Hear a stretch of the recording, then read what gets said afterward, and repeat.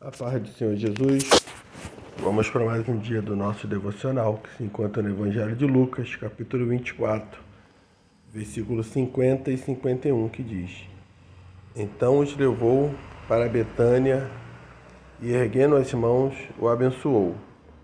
Aconteceu que, enquanto os abençoava, ia se retirando deles, sendo elevado para os céus. Estamos falando sobre o Filho do Homem é vencedor. E nesse último episódio do capítulo de Lucas, nesse último capítulo e também nesse último episódio, nós vamos falar que Jesus venceu para voltar para o céu. Então, um dos temas principais do Evangelho de Lucas é a alegria. As boas novas pregadas aos pobres e encarcerados pelo diabo devem produzir alegria à nova comunidade de Jesus.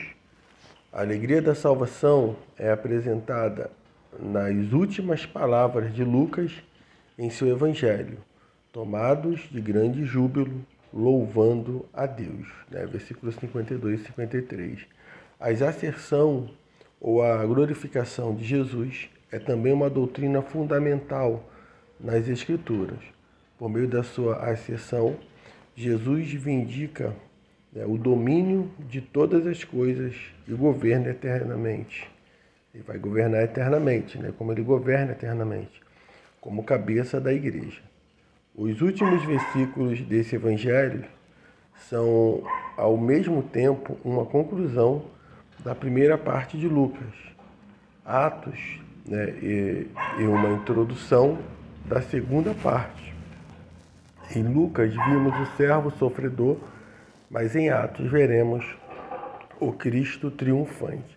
Então, depois que Jesus ressuscitou dos mortos, ele passou 40 dias na terra, antes de retornar ao céu. Atos, capítulo 1, versículo 3. A estes também, depois de ter padecido, se apresentou vivo como muitas provas incontestáveis, aparecendo-lhe durante 40 dias e falando das coisas concernentes ao reino de Deus. Então Jesus não apareceu para o mundo, mas somente para seus discípulos. E Lucas registra aqui 4 aparições: 2 varões no domingo para as mulheres e Jesus no domingo para 2 discípulos na estrada de Emaús. Então Jesus subitamente para os apóstolos e a última aparição de Jesus em Betânia. Nós vamos falar agora de 2 pontos: a ascensão de Jesus. Lucas ele encerra seu livro com a ascensão de Cristo, no versículo 50 e 51, que é nosso devocional, que diz: Então os levou para Betânia e, erguendo as mãos, os abençoou. Aconteceu que, enquanto os abençoavam, iam se retirando deles, sendo elevados para o céu. Então, há 3 detalhes sobre a ascensão de Jesus. Primeiro, o local: Betânia, nos declives orientais dos Montes das Oliveiras. Betânia também fora palco da ressurreição de Lázaro. Esse detalhe, trazido por Lucas, é importante para atestar a maternidade e a historicidade do acontecimento. Segundo, a forma visível e pessoal. Todos viram Jesus sendo elevado aos céus. Não foi, portanto, algo combinado ou supostamente inventado por um pequeno grupo de pessoas sob o efeito de uma histeria coletiva. Pelo contrário, um grande número de pessoas testemunhou esse acontecimento. Do ponto de vista da apologética, esses detalhes são importantes para combatermos as acusações de que Jesus nunca ressuscitou ou subiu ao céu. Terceiro, a atitude. Abençoando Jesus, ergue as mãos sobre os discípulos e os abençoa, comunicando-lhe paz e poder. Então, essa era também a forma que os sacerdotes abençoavam o povo. William Wilkes, ele resume: o que a Escritura ensina é que Jesus foi arrebatado para Deus e para o seu trono, que ele se sentou à destra de Deus. e que voltará da mesma forma que os discípulos o viram subindo aos céus. O que passar disso é mera especulação.